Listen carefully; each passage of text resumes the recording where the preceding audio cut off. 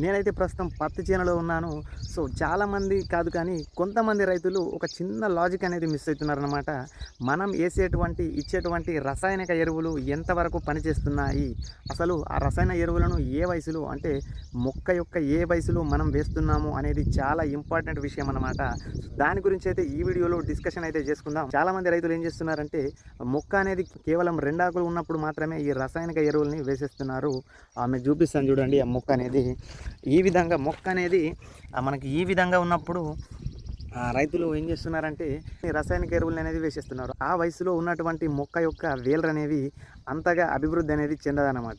So రైతులు ఏం చేస్తున్నారంటే విపరీతంగా మళ్ళీ వేసేది కూడా ఏం చేస్తున్నారు, మొక్క దగ్గరనే వేసేస్తున్నారు. ఈ విధంగా వేస్తే ఏమవుతుందంటే ఆ హైలీ కాన్సన్ట్రేటెడ్ ఎరువు, ఆ కెమికల్ ఎరువు ఏదైతుందో ఆ చిన్న మొక్క యొక్క వేళ్ళనేవి కుళ్ళిపోయి మొక్క యొక్క వేళ్ళని చంపేస్తుందన్నమాట ఆ కెమికల్ హై కాన్సన్ట్రేటెడ్ ఎరువు అనేది. సో ఈ విధంగా చేస్తున్నారు. వేసేదే తొందరగా వేస్తున్నారు. ఇంకా మళ్ళీ దాన్ని ఇంకా మొక్క దగ్గర వేస్తున్నారు. కనీసం 3-4 ఇంచుల దూరాన్ని అయితే పాటించినప్పుడే మనకి మొక్క యొక్క ఆరోగ్యం పైన ఎట్లాంటి దుష్ప్రభావాలు అయితే ఉండవు. ఇంకా ముఖ్యంగా ఏంటంటే 2 ఆకుల వయసులో వేస్తున్నారు. ఇది చాలా అసలు వేస్ట్ అన్నమాట. ఎందుకంటే మీరు ఈ 2 ఆకుల మీద వేసినప్పుడు ఏమైతదంటే వర్షం పడుతది. ఆ వర్షం పడ్డప్పుడు ఏమైతదంటే ఎరువు అనేది చిందరవందరగా పక్కకి వెళ్ళిపోతది. ఆ పక్కకి ఏముంటది, ఖచ్చితంగా గడ్డే ఉంటది. సో గడ్డి అనేది తీసుకుంటుంది కాబట్టి పత్తి మొక్క తీసుకోదు కానీ గడ్డి తీసుకుంటుంది. ఈ పాయింట్ ఖచ్చితంగా మీరు అర్థం చేసుకోవాలి. సో గడ్డి అనేది తీసుకుంటది, విపరీతంగా చేనుల గడ్డి పెరిగిపోతుంది. సో అందుకే చెప్తున్నా, ఖచ్చితంగా ప్రతి ఒక్క రైతులు, వ్యవసాయం చేసేటువంటి ప్రతి ఒక్క రైతులు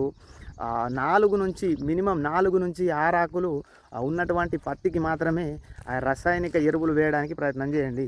కేవలం 2 ఆకులు వేసేసి మీరు ఏదో తొందర వేసేస్తే పంట ఏదో తొందరగా వస్తుంది అనేటువంటి అపోహలో మాత్రం ఉండకండి. ఈ విధంగా తొందరగా వేయడం వల్ల ఏమవుతుందంటే ఆ పురుగులు కూడా తొందరగానే వస్తున్నాయి. దీనికోసం మనం స్ప్రే కూడా తొందరగానే స్టార్ట్ చేసుకోవాలి. సో ఇన్ని మైనస్ పాయింట్లు ఉన్నాయి కాబట్టి ఖచ్చితంగా కేవలం 2 ఆకుల మధ్య ఉన్నప్పుడు మాత్రమే అస్సలు వేయకండి. 2 ఆకులు ఉన్నప్పుడు కేవలం 4-6 ఆకులు ఉన్నప్పుడే వేయండి. మరీ ముఖ్యంగా ఇంకో విషయం ఏంటంటే కొందరు పశువుల ఎరువులు వేస్తున్నారు కదా. పశువుల ఎరువులు వేసినప్పుడు ఏమవుతుందంటే 10-12 ఆకులు ఈ విధంగా వచ్చినప్పుడు వాళ్ళు వేసుకుంటే సరిపోతుంది. ఎందుకంటే శక్తి ఉన్న భూములు, శక్తి లేని భూములు మనం చూసినట్లయితే సారం ఉన్నటువంటి భూములు, సారం లేనటువంటి భూముల గురించి మనం మాట్లాడుకున్నట్లయితే వాళ్ళిద్దరు కూడా సేమ్ చేస్తున్నారు. అంటే ఒకే విధంగా చేస్తున్నారు అనమాట. అది చేయకూడదు. ఇప్పుడు పశువుల ఎరువు బాగా కుళ్ళిన పశువుల ఎరువులు వేసినప్పుడు ఏమవుతుందంటే ఆ భూమిలో సారం అనేది ఎక్కువగా ఉంటుంది కాబట్టి వాళ్ళు కొంచెం లేట్గా స్టార్ట్ చేయాలి ఈ రసాయనిక ఎరువులు వేయడం అనేది.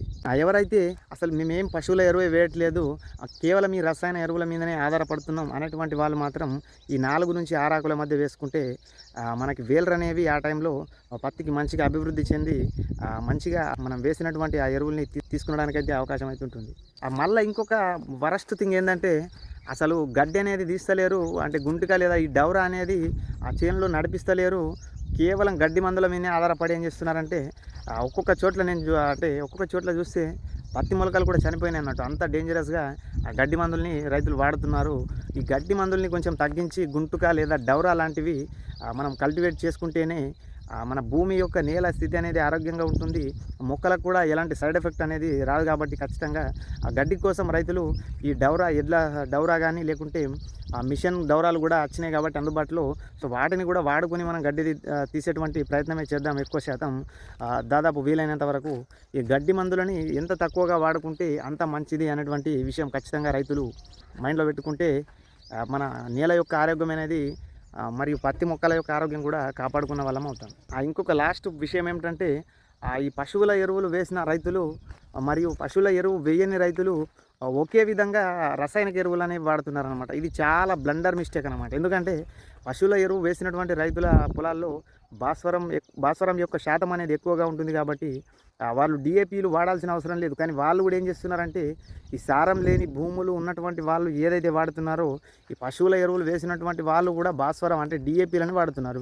మనకి డబ్బు దండగా మరి అట్లాగే మరి అతి ఎక్కువ భాస్వరం కూడా మనకి అనవసరం కాబట్టి మనం కూడా ఈ 20-20-0-13 లాంటివి పశువుల ఎరువు బాగా వేసినటువంటి రైతులు 20-20-0-13 లాంటివి వేసినప్పుడు ఏమవుతుందంటే ఇందులో సమపాలలో పోషకాలు అనేవి పత్తి మొక్కకైతే లభిస్తాయి అన్నమాట. అంటే ఎన్పికే నైట్రోజన్, ఫాస్ఫరస్ మరియు పొటాష్ అనేది మనకి 0 ఉంటుంది కాబట్టి ఆ పొటాష్ కూడా అంతగా వేయాల్సినటువంటి అవసరం అయితే ఉండదు. ఎందుకంటే ఆ మొక్కకి చిన్న దశలో పొటాష్ యొక్క అవసరం అనేది ఎక్కువగా ఉండదు. ఆ తక్కువ మాత్రం కూడా ఎట్లాగో పశువుల ఎరువు వేసేటువంటి రైతుల పొలాల్లో ఆ పొటాష్ పర్సెంటేజ్ అనేది మంచిగా ఉంటుంది కాబట్టి ఎవరైతే పశువుల ఎరువులని చేనులో వేస్తారో వారు డీఏపీలు వాడాల్సినటువంటి అవసరం లేదు అనేటువంటి విషయము ఖచ్చితంగా రైతులు గుర్తుంచుకోవాల్సిందిగా అయితే నేను కోరుతున్నాను. సో ఇంకో విషయం ఏమిటంటే పశువుల ఎరువులు వేయలేదో ఖచ్చితంగా వాళ్ళు డీఏపీలని వాడాల్సినటువంటి అవసరం అయితే ఉంటుంది. ఎందుకంటే ఈ మొక్కకి చిన్న వయసులో భాస్వరం యొక్క అవసరం అనేది ఎక్కువగా ఉంటుంది కాబట్టి ఖచ్చితంగా వాడాల్సినటువంటి అవసరం అయితే ఉంటుంది. వీడియో అనేది నచ్చితే లైక్ చేయండి. మన ఫార్మింగ్ లైఫ్ తెలుగు ఛానల్ని సబ్స్క్రైబ్ చేసుకోండి. నెక్స్ట్ వీడియోలో అయితే మళ్ళీ కలుసుకుందాం. Thank you for watching. జై హింద్.